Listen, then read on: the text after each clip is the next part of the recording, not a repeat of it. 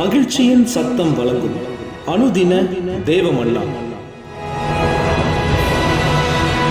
Voice of Joy presents Daily Manna by Reverend A. Benedict. தேவனுக்கு மகிமை உண்டாவதாக.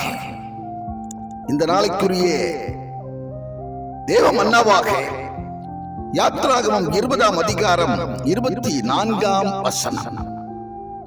மண்ணினாலே பலிபீடத்தை எனக்கு உண்டாக்கி அதன் மேல் உன் ஆடுகளையும் உன் மாடுகளையும் சர்வாங்க தகன பலியாகவும் சமாதான பலியாகவும் செலுத்துவாயாக.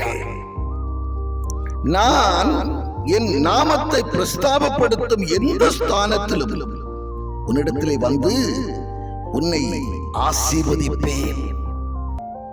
ஆமாம், இந்த பகுதியை தான் நாம் பார்க்க போகிறோம்.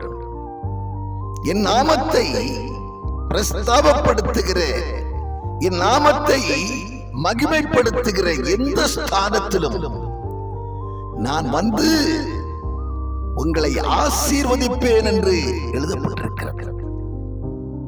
அவனுக்கு அன்பான தேவச்சனமே, உபாகமம் 4ஆம் அதிகாரம் 7ஆம் வசனத்திலும் கூட இவ்விதமாய் சொல்லப்பட்டிருக்கிறது.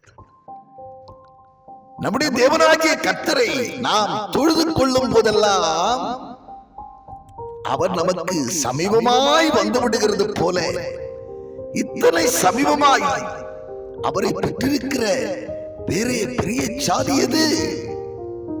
அவனுக்கு அன்பான தேவச்சனமே, நாம் எத்தனை முறை அவரை பிரஸ்தாபப்படுத்தும் போதும் அவரை மகிமைப்படுத்தும் போதும் நாம் அவரை ஆராதிக்கிறது நிமித்தம், அவரை தொழுது கொள்ளுகிறது நிமித்தமாக அவரை நாம் மகிமைப்படுத்துகிறோம். அப்படி அவரை மகிமைப்படுத்துகிற வேளையிலெல்லாம், அவரை தொழுது கொள்ளுகிற, அவரை ஆராதிக்கிற வேளைகளிலெல்லாம் அவர் நம் அருகாமையில் வந்து விடுகிறார். பிரியமானவர்களே, எனவே வேதம் சொல்லுகிறது, இப்படிப்பட்ட சாக்கியம் நமக்கு அருளப்படுகிறது. தேவனை இவ்வளவு சமீபமாய் பெற்றிருக்கிற நம்மை போல வேறே பாக்கியம் பெற்றவர்கள் யார் இருக்கக்கூடும் என்று தெளிவாய் எழுதப்பட்டிருக்கிறது.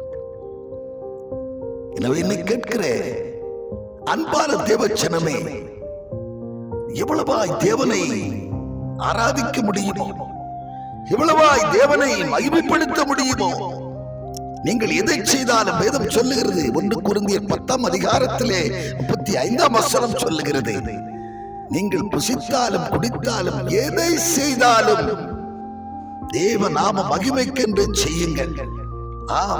அவருடைய நாமத்தை எப்போதும் மகிமைப்படுத்துகிறவர்களாய், அவருடைய நாமத்தை நாம் பிரஸ்தாபப்படுத்துகிறவர்களாய் நாம் காணப்படுவோம்.